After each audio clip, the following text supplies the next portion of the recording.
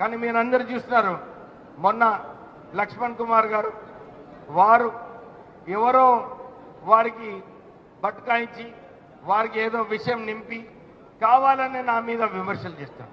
అది కూడా మాలా జాతికి చెందినవని చెప్పి విమర్శలు చేయడం జరిగింది.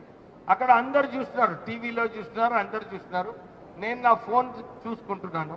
నేను ఎక్కడ కూడా ఎవరు ఏం చెప్పినా నేను వినలేదు. కానీ కావాలని నేను దళితుడు ఉన్నాడు, నా వారి పైన విమర్శలు చేసినప్పుడు ఎందుకు నువ్వు మాట్లాడలేదని చెప్పి పబ్లిక్లో ప్రెస్లో ఇవ్వడము ఎందుకంటే జూబ్లీ హిల్స్ గెలిచే పరిస్థితిలో వచ్చింది. అందరు కూడా అనుకున్నారు కాంగ్రెస్ పార్టీ అక్కడ 12% నెగిటివ్ ఉండే, ఇప్పుడు 5 నేను అక్కడ ఇన్ఛార్జ్ మినిస్టర్గా అయిన తర్వాత అది 5% పాజిటివ్ తీసుకొచ్చినాను. అయితే కొన్ని ఉంటాయి, జెలసీస్ ఉంటాయి, కానీ వీరికి మంచి పేరు వస్తుందని చెప్పి కావాలని అర్థం లేని విమర్శలు చేయడం జరిగింది. నేను అసలు ఆ మీటింగ్లో ఉన్నాను, నాకు ఓర్చుకోలేక వెళ్ళిపోతున్నానని లక్ష్మణ్ కుమార్ గారు చెప్పారు. నేను ఆ మీటింగ్ అటెండ్ చేస్తాను. ఆ మీటింగ్ తర్వాత ఇంకొక మీటింగ్ పోయినాం ఇద్దరం, టిమ్రీస్ మీటింగ్. దాంట్లో ఇద్దరం పక్కనే కూర్చున్నాం. కూర్చొని నేను కూడా చెప్పినాను, మంత్రి గారు చాలా మంచిగా పనిచేస్తున్నారని చెప్పి ఆ మీటింగ్లో చెప్పినాను. కానీ నా మీద ఎందుకు విమర్శలు చేసినాడో నాకు అర్థం కాలేదు. ఆయన అది కూడా చెప్తున్నాడు, అరే నేను మాదిగా కులం అని చెప్పి వెళ్ళిపోతున్నాడని.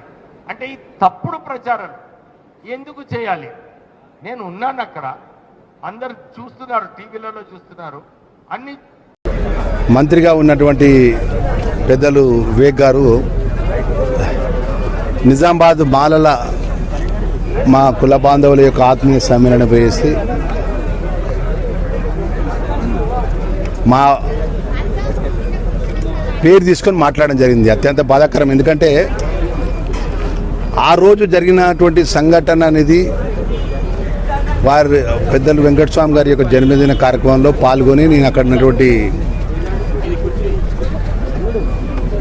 జూబ్లీ హిల్స్ బై ఎలక్షన్ పోతున్నా, ప్రచారంలో మైనార్టీ వెల్ఫేర్ సంబంధించిన దానికి పోతుంటే ఈరోజు మళ్ళొక మా పేరు తీసి మాట్లాడడం, కావాల్సుకొని లక్ష్మణ్ కుమార్ అని నా పేరుతోని నేను తప్పు అబద్ధం మాట్లాడినానని, వారి తండ్రి గారు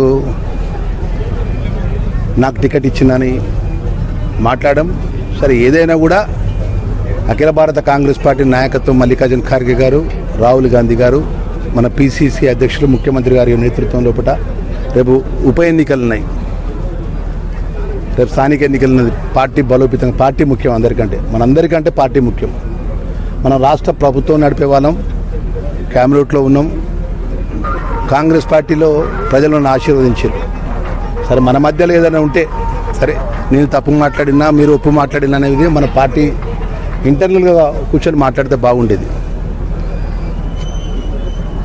ఏదేమైనా కూడా డాక్టర్ వివేక్ గారి యొక్క విఘ్నతకు, ఆయన మర్యాదకు, ఆయన గౌరవానికి వదిలిపెడుతున్నా తప్ప నేను దీంట్లో ఏం మాట్లాడదలుచుకోలేదు. ఎందుకంటే నేను పార్టీ లైన్ కట్టుబడినట్టు ఒకటే పార్టీ నమ్ముకొని, ఒకటే జెండాను నమ్ముకొని ఈ స్థాయికి వచ్చినట్టు సామాన్య కార్యకర్తను రాష్ట్ర క్యాబినెట్లో ఉన్న పార్టీ ముఖ్యం కాబట్టి పార్టీ లైన్ దాటిపోయేది లేదు. వారి విఘ్నతకే, వారి మర్యాదకే ఈ అంశాన్ని, వారి నిజామాబాద్లో మాట్లాడిన అంశాన్ని వారి యొక్క మర్యాదకే, వారి విఘ్నతకే వదిలిపెడతాను.